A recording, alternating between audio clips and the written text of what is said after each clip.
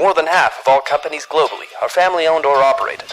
Family businesses contribute 70% of the world's GDP and account for 65% of jobs. Their voices are important. Their stories must be told. Brought to you by the award-winning publication, Tharawat magazine. This is the Family Business Voice with your host, Ramya El-Agami. On this episode of the Family Business Voice, we speak to Philip Grindell about what it means to be safe in the digital age. Philip's background as a Scotland Yard detective and his work in British intelligence gives him an in-depth view on just what can threaten our safety. And now he's applying those insights to the world of private security, helping business owners, politicians, and other high-profile clients stay safe, both online and in person. Enjoy this episode with Philip. Philip, one of the main things that occurred to me to ask myself as a question once I realized what it is that you do, what it is that you're an expert in, is whether I actually have a definition for what safety means, what feeling safe means in the 21st century. And it's been something that's been bothering me because I really don't have a clear-cut answer to that, because naturally things have changed for our societies, especially over the last 20 years, quite radically. And I never really bothered, I think, to take the time to define how that impacts our sense of safety or what makes us feel safe in the broader picture, now that all of these channels are available to us. So I thought that might be a really nice way for us to start our conversation at a more philosophical level, I guess. I think safety means different things to different people. When we think about safety and we think about risk, if we look at risk, we have a term where we call about, your tolerance of risk, and we all have a different ones. I've got a quite high tolerance of risk because I spent most of my life in those environments. My wife will have a very different tolerance of risk because she hasn't worked in those environments. And in the same respect, I think my feeling of safety will be different to yours and different to everyone else's. So I think it's a very personal experience. But ultimately, I think safety and feeling safe, because I think we're talking about feeling safe rather than being safe, because I think they're, we've talked before, and they're two very different things. And certainly from my perspective, in terms of what we're trying to do at Defuse, it's much as it about feeling safe. And I think that's about free from anxiety around something that you consider to be a threat. Now, if you feel unsafe, and by that you mean you're worrying about what's on the internet, or you're worrying about somebody getting information about you, or you're worrying about some external demise to you based on what's coming out the internet, then you feel unsafe. And I think if you therefore don't have those experiences, and therefore you're not worrying about somebody approaching you in the street, you're not worrying about somebody sending you something horrible on the internet, you're not worrying about there being personal information out there about you, and when you open your door and you walk out, there's no change of emotion in terms of you're not suddenly becoming really vigilant, then that is going some way, I think, to feeling safe. So I love that you made the distinction between feeling safe and actually being safe.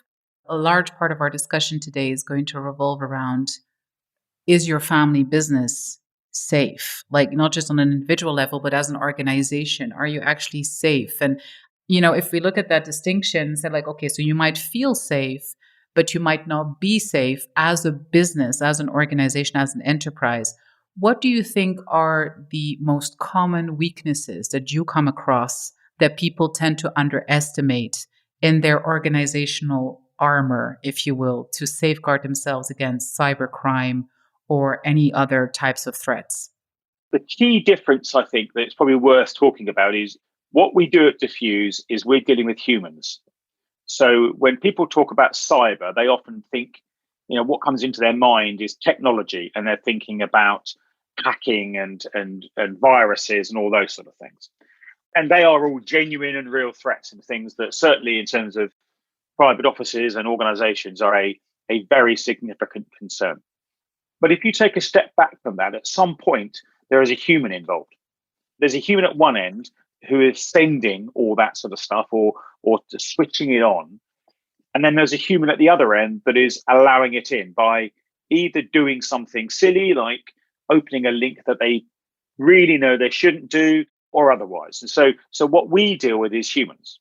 Very often I see businesses operating on a perspective of compliance as opposed to risk. And I see this particularly when we're talking about recruitment and management of staff.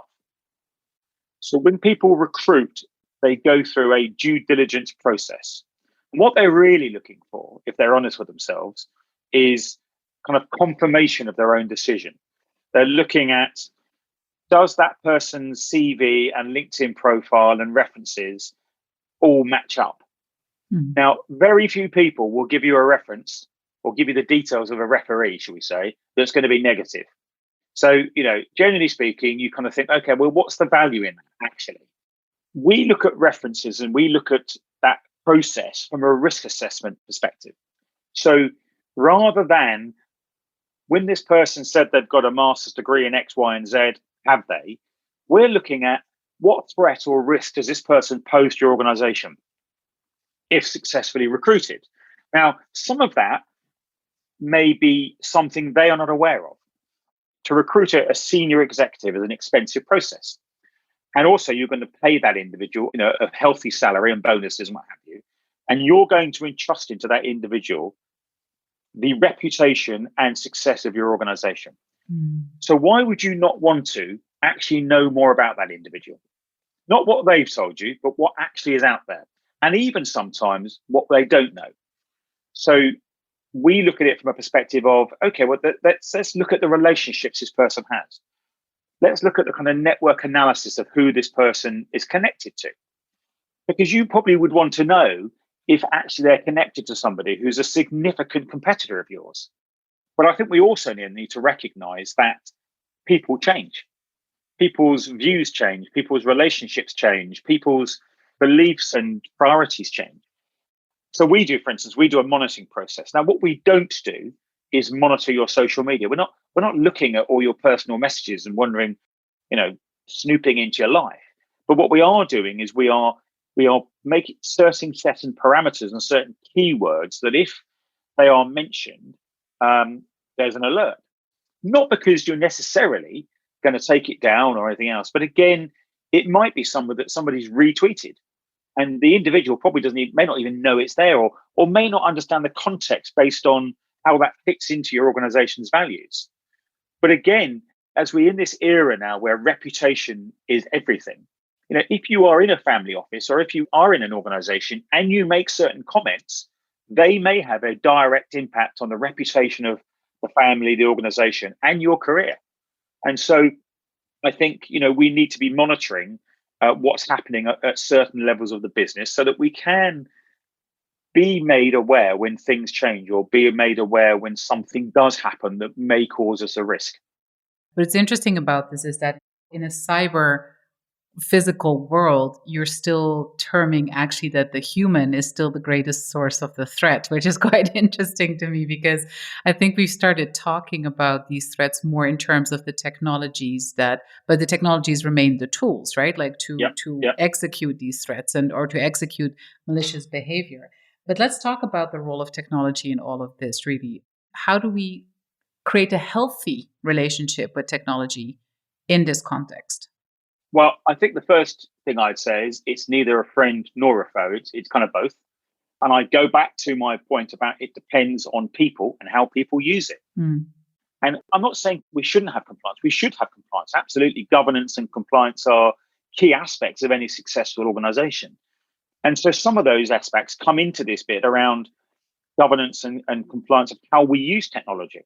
And so, for instance, there's some really simple things like, we go to conferences these days, and sometimes you see people giving out branded memory sticks.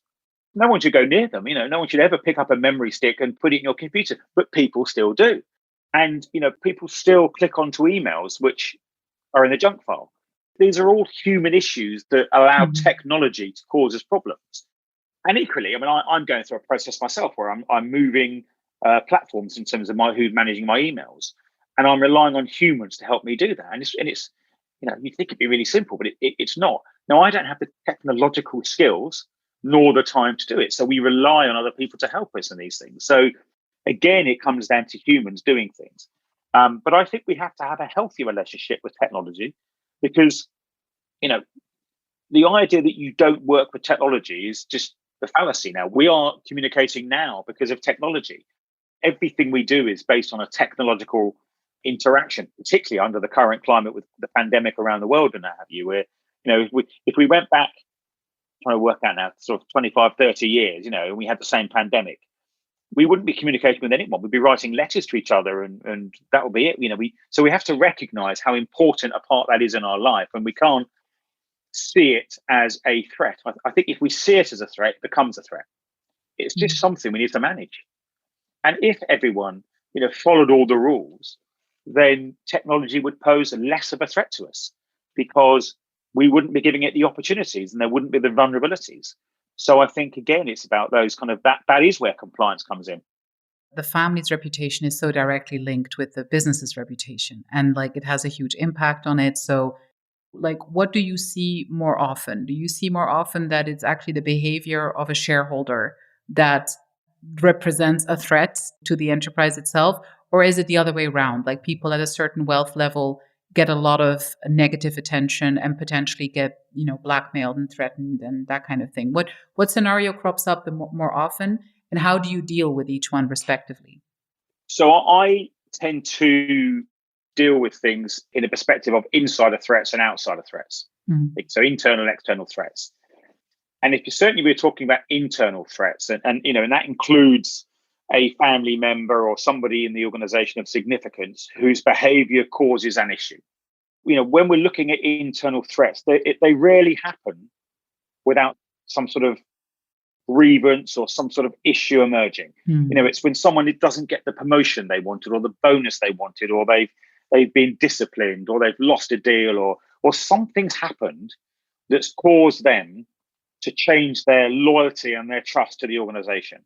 Yes. Now, we rarely see, we do see, but we rarely see somebody whose motivation for joining the organization is as an insider threat. That's kind of fairly rare still, thankfully. So I think, on the insider piece, I think, again, it's about communication. It's about understanding that when somebody does have a setback, they may be vulnerable. And therefore, that's when they may need, to have an arm around them and brought back into the fold, or to have a bit more of a conversation around, yes, you didn't get this, but, let's talk about it. Let's see how we can progress from here. And, I think when we've looked at insider threats very often, there tends to be a catalyst for why that's happened. And that catalyst is being ignored. Now, sometimes it's external in terms of there's a family breakdown, or there is a debt issue, or there is some other issue. But again, I think if you know your staff or you know your family, you get to understand those issues. Then if you look at the external threats and you look at what's coming in, from elsewhere in terms of the threats that you're seeing, yeah, we get quite a bit of that. And I think we're going to see more of it. I think that's going to be an increasingly regular pattern for a number of different reasons. I predicted some time ago that we will see a backlash, certainly within the UK, economically from COVID. Because at the moment, for instance, in the UK, we have this furlough system, which we've extended now till October this year, I think. But when that finishes, a huge amount of people are going to be made redundant because they will know the organizations will no longer be able to afford to keep them, potentially. Now, those people will feel left behind very often, and they'll watch as the organizations they no longer work with begin to flourish again, and the bonuses start to get paid again. And within that cohort of ex-employees, you will get some that become quite hostile. And we've already started to deal with this in terms of hostile ex-employees. And they will then start to target senior people in your organization, even if that senior person wasn't there at the time when they were made redundant. And so that's where we're seeing a great deal of external threats from. We're also going to see, I think, increasingly threats to organizations and family businesses from, increasing activist businesses, increasing activist movements around some big subjects, around energy. We're moving out of very often moving away from some of the old energy sources of oil and gas, etc., and moving to sort of cleaner energy. in many ways. And so people have very strong views about some of these things, and they will target those organizations who they don't consider are complying with their perspective on how quickly this should be happening. And so we see lots of external threats coming in from that direction. So I think there's two separate elements there, and they require a different response.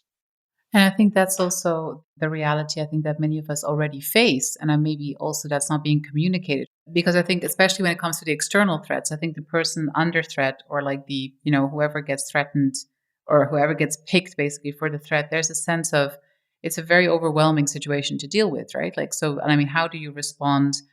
How seriously do you take it? Like, there are certain things that I firmly believe that can and should be ignored, but then there's others that you shouldn't, right? Like, as you also point out, like there definitely are things that are to be taken seriously, because how do you know whether someone is at that breaking point where it becomes really dangerous? So if I start from the beginning, I would make the argument that there are different types of dangers. So there is the physical threat, there is the reputational threat, and there is the psychological threat. Mm. First and foremost, I think most organizations need to encourage a culture where they recognize that these threats exist. Mm-hmm. And they recognize that needs to be part of the conversation around senior people's experience of having this incoming. Now, the truth is that my experience has been that most senior members of staff often never see what's coming in. It's filtered through their chief, their executive, their PA, however their structure's set up. Where I see things going wrong very often is that there's an assumption and a reliance that if there is an internal security department, they will deal with what's going on. Trouble is, very often, they've got no idea what's going on because the administrative staff, for want of a better phrase, haven't been trained and don't know what to look for. Mm-hmm. And therefore, when they're seeing communication coming in, they are unable to identify what might be dangerous and what might be just the ramblings of a unhappy or mad person. I would make the argument that most security professionals are unskilled in dealing with those or interpreting those scenarios because it's a specialism. And therefore, I think it's good to have an external, I would say this obviously, but it's good to have an external consultant that you can refer to. So that's one of the things that we do for a lot of our clients is train them, and then we're there should they need to sort of run stuff by us. But equally, I think, I don't know how many businesses have a genuine kind of risk register in terms of, are you registering, for instance, if you're receiving communication from the same person all the time or several people, is that appearing on your risk matrix? Mm-hmm. Because they may pose a risk to your organization reputationally. Now, sometimes you might have to reach out and compromise and actually deal with whatever their grievance is or have that conversation so that you can see whether you can pacify them. Because what we do know is that in nearly all cases, it's driven by some form of grievance. Mm-hmm. Now, that could be real or perceived. So we've had scenarios where chief executive is being targeted because an ex-employee feels their pension has disappeared. And actually, it's not true at all. It's just a perception they have, or it's miscommunication, or misunderstanding a media article or something. And by actually reaching out and engaging with that individual, we're able to pacify the situation very quickly. Mm-hmm. Rather than just ignoring it and thinking, oh, they'll go away. How accountable do you feel we should be holding the tech companies that are obviously in charge of the channels that then reach us with those threats? So I'm talking social media, Facebook, Twitter, Instagram. What's your stance on that? Are you an advocate for stricter rulings on those tech companies as well? Yes and no is the simple answer. I think they have a responsibility. I think they have a responsibility to improve their reporting mechanisms. Mm-hmm. I think my experience has been that very often the most harmful content is often context-driven content. And that's quite difficult for AI to pick up, particularly when we're thinking about every culture around the world. Even in the UK, something that's said in Manchester can mean something very different when it's said in London. So in order to accurately kind of manage that without suppressing freedom of speech and expression, which again is different in every country in the world in terms of the tolerance around it, I think we're asking probably too much at sometimes. My personal view is we go back again to people. And I think, we're dealing with people here. I think we need to make it the consequences of people's actions more relevant to what they're doing. Yes. So, and also more immediate. So my view has been for some time that rather than saying to somebody, right, you're banned from Facebook or you're banned from Twitter, etc., my personal view is we should be saying you're banned from the internet. Because, and I make the analogy that certainly in the UK, if you are driving a car and you're doing it whilst you're drunk or you're doing it recklessly and dangerously, you will probably have your driving license taken off you for a period of time because you are assessed to not be able to competently use that piece of equipment. Yes. I think the same should apply on the internet. I feel like the Internet of Things is yet another dimension to this whole security and safety discussion. For instance, I'm hyper aware of the fact that my watch is talking to my phone, is talking to my computer, is listening to everything I'm saying. Yeah. But I also know that a lot of people actually aren't and are not aware that this has actually started happening to them. They're not aware that they're being listened to. So what do you think is the important shift in our societies that we have to make in order to deal with this responsibly? Well, education, firstly.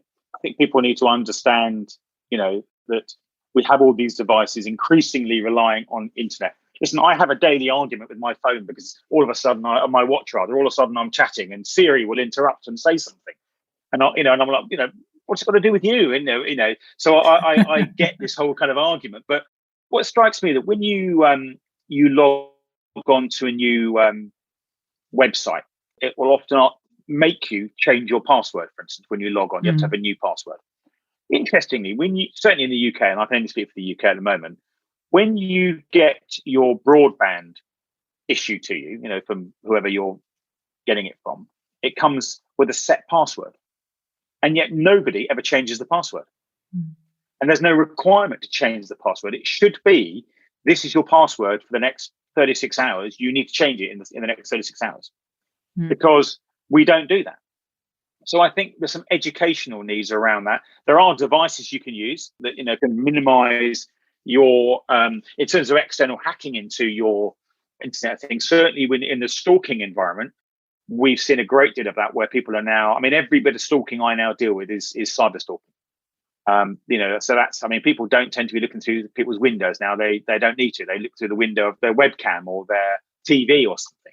So that's, again, it's about changing your password regularly. It's about using VPNs so that actually you can hide where you are and people can't access your IP address. It's about understanding that, if there is a breakdown in relationships and people move in and out, don't just change the locks, change all your passwords so that individual can't actually then hack back into your systems and, make you think you're going mad because your answer machine's going off at 3 a.m. or something. So I think this, again, it comes down to people. Again, it comes down to processes and just, doing those simple things. Sometimes I think we just need some checklists about, welcome to your new home. Here's a few things you need to do, welcome to your new piece of tech. This is what you need to do. You need to be making sure you've done this, this, and this. So again, I think it's about education. It's about compliance. It's about recognizing the risks. Philip, thank you so much for telling us about, I guess, how to feel safe, but also be safe through different patterns of behavior in the 21st century. I hope that a lot of our listeners can implement some of the things that you've just said, like quite quickly in their organizations, but also in their private lives. I love the tips that you gave about the eternal discussion around changing your password, which seems such an easy thing to do, and yet so few people actually do it. Fantastic advice. And thank you so much for being on the Family Business Voice with us today. It's been a real pleasure. Thank you.